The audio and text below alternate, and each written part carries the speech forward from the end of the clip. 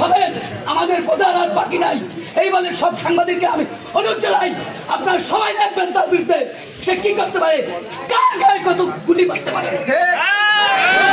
কিন্তু গাড়ি ঘোড়াই বন্ধ, আমরা মহিলারা দূর দূরান্ত থেকে 10 তারিখ রাত্রে 12টা আমি আসছি বাকেরগঞ্জ থানা থেকে। সবসময় চাই সত্য সঠিক সুন্দর বিষয়টাকে জাতির সামনে তুলে ধরার জন্য।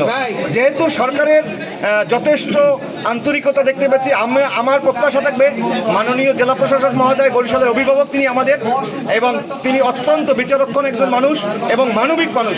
তার প্রতি সমস্ত সাংবাদিকদের পক্ষ থেকে সবিনয় অনুরোধ রাখবো। গাড়ি চলতেই দেবে না প্রশাসন।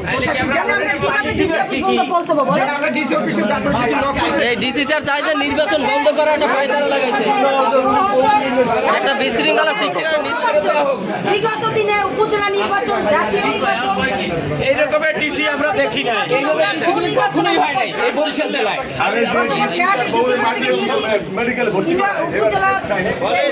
আমরা সকাল থেকে সেই ডিসি অফিসে আসি কার্ড নেওয়ার জন্য, নির্বাচনী কার্ড। সাংবাদিকরা এখানে বহু সাংবাদিক জড়ো হয়েছে কার্ড নেওয়ার জন্য, কিন্তু এখন পর্যন্ত কোনো সাংবাদিক কোনো কার্ড পায় না।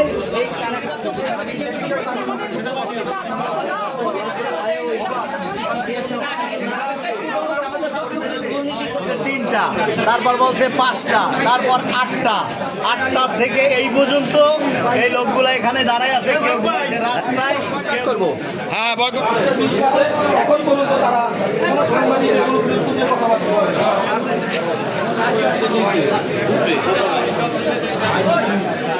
ইনকিলাবের সাংবাদিক বাকেরগঞ্জ সকাল হতে উনি